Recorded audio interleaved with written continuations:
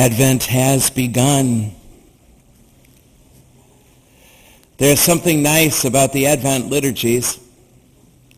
The liturgies start this morning with something coming that sounds as if it's going to be violent. Luke's Jesus declares, "There will be signs in the sun and in the moon and the stars. And on earth the nations will be in dismay, perplexed by the roaring of the sea and the waves. People will die in fright in anticipation of what's coming upon the world. For the powers of the heavens will be shaken."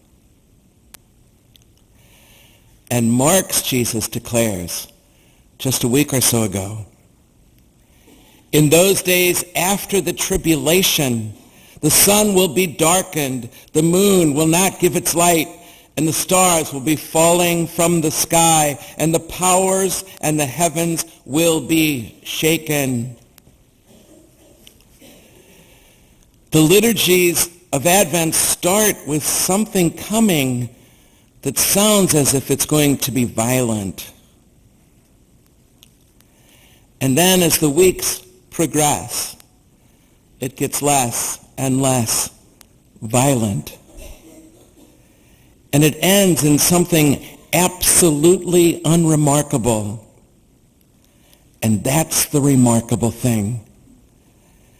It's the undoing of the expectation that current violence will only end in violence, more violence. That as a matter of fact, there's another way it can end. What gives me hope through the way these readings progress is that what is happening here is the undoing of wrath. The undoing of wrath, the undoing of this extreme anger that seems to be afoot in this world and even in our own hearts. This outrage, even. The assumption is that if God is to arrive, it will look wrathful. This is what John the Baptist expected. There was a lot of wrath in John's God, a lot of rage in the God John the Baptist believed in. John exhorted his followers in these words, "The one who is coming will baptize you with the Holy Spirit and fire. His winnowing fan is in his hand to clear his threshing floor and to gather the wheat into his barns, but the chaff he will burn with unquenchable fire." This John the Baptist, who saw so much wrath in God, was thrown off by Jesus because he was not being as wrathful as John the Baptist expected that he would be. The truth is, as it emerges these Sundays until the great feast of Christmas, the truth is there is no wrath in God. There is no wrath in God. It is our wrath that we are afraid of. It is our wrath that we fear.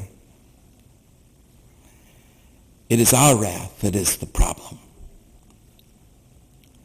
And actually, we've gotten pretty good at it. We all play our part in the violence of the world, you and I. There's a lot of manifestations of the violence of the world, but we all play our part in it.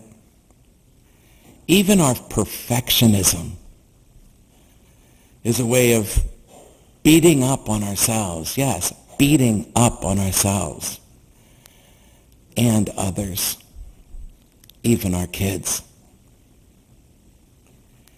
Even the way we keep comparing ourselves to others as better or worse better dressed, better taste than them.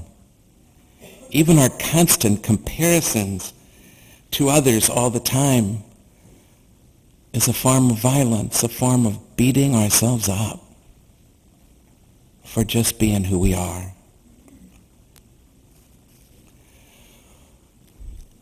What Advent is trying to tell us is that God is actually undoing all that wrath in the world, within us and around us.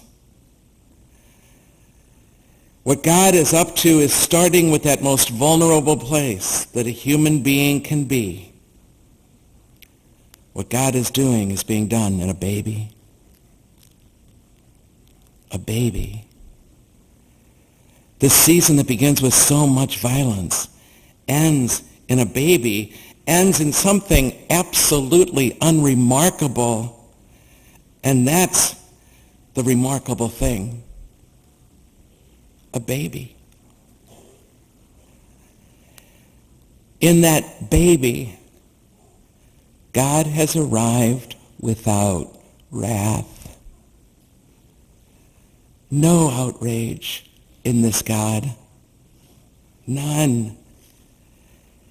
In that baby, the violence all around us, within us, all that violence is turned into new life, into life itself, all that violence.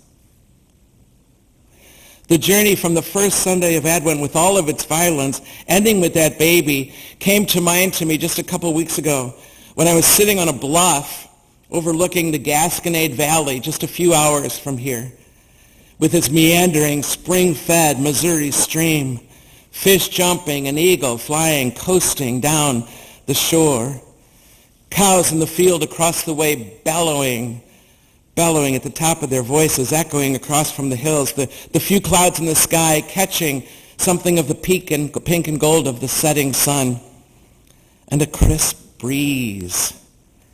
In that moment of utter solitude and peace, sitting there on that bluff, there was this realization that came to me as I sat there, that this beautiful place of this beautiful solar system that is all around me,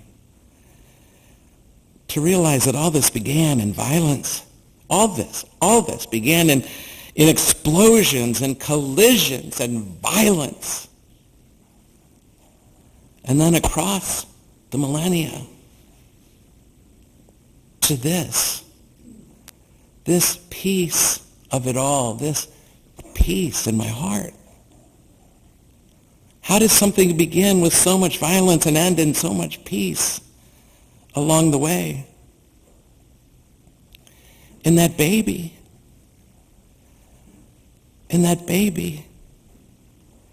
The violence between nations, the violence between genders, the violence in our marriages, in our families, with our siblings, in our friendships, the violence from those strangers to those strangers, and even the violence of bullies on the playground can end in forgiveness.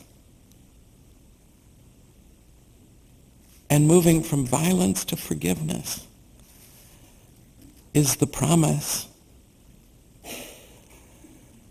The good news is we can get to the other side of violence. We can let go of all of our rage.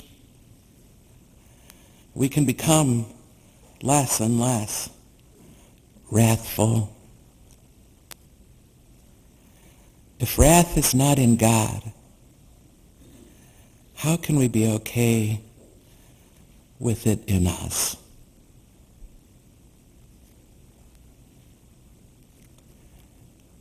The mystery of life unveiled in this sacred season is this: